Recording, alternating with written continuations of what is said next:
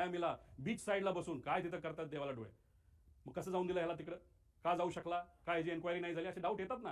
म्हणजे doubt clear करणं महत्वाचं आहे. पुढं आता मला हा प्रश्न पडलेला आहे, हे मासे आहे समित ठक्कर, खूप खोलात नाही. त्यांनी काय टाकलंय, मी एकदा ट्रॅव्हल केलं होतं, मी मुंबईमध्ये दिल्लीला बोलत असताना तुम्ही बघितलं असेल, मी बोललो की मी आणि माझ्याबरोबर एक सेलिब्रिटी खेळाडू बारामतीला लँड होऊन तिथून मी माझ्या मतदारसंघात गेलो होतो. मी धडधडीत बोललो होतो, पण या महाशयाने मला ट्रोल करण्यासाठी, मला ट्रोल करण्यासाठी दुसरं काहीच नाही ना.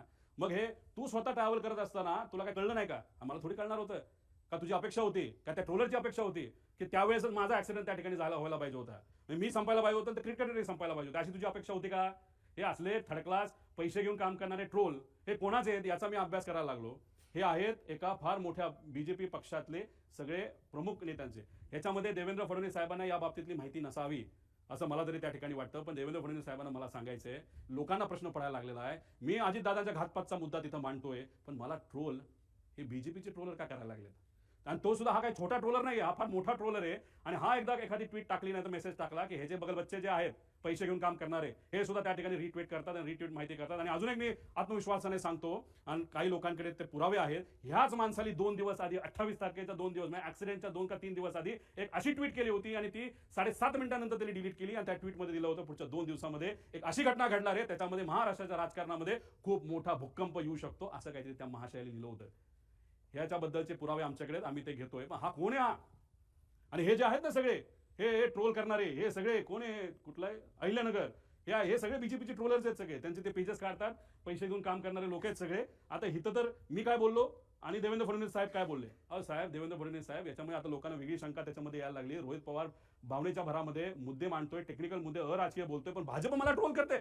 मग ट्रोल करायचं कारण काय, असा प्रश्न आता लोकांना त्याच्यामध्ये पडायला लागलेला आहे. त्यामुळे तुम्ही तुमच्या होम मिनिस्ट्रीचा वापर करून आता या ठक्करला तर आम्ही काही सोडणार नाही, समित का कोण आहे त्याची माहिती आम्ही काढल्याशिवाय राहणार नाही. पण असे जे ट्रोल आहेत हे आज मला ट्रोल का करतायत, एक परसेप्शन करण्याचा प्रयत्न करतायत की मला वेळ लागलाय.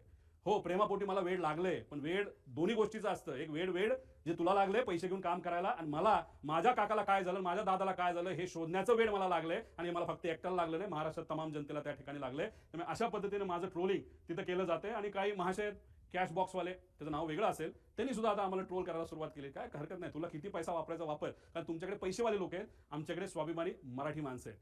आणि त्या लोकांना आम्हाला सांगायचं आहे की ठीक आहे, तुम्ही मला पाण्यात बघता का काय, पण एक समजून घ्या, माझे आजोबा फार मोठे आहेत, माझे काका मोठे होते, आणि मी रोहित पवार आहे, आणि मी या महाराष्ट्राचा स्वाभिमानी नागरिक आहे. आणि माझ्याबरोबर दादांची एन्क्वायरी करण्यासाठी मागणी करणारे महाराष्ट्राचे तमाम स्वाभिमानी नागरिक आहेत. हे असे चिरकुट पैसे घेऊन काम करणारे ट्रोल या ठक्कर का कोण आहे त्यासारखे नाही. त्यामुळे हे लोक मला ट्रोल करतात, याच्यावर लोकांना आता वेगळ्या शंका यायला लागलेल्या आहेत. पुढं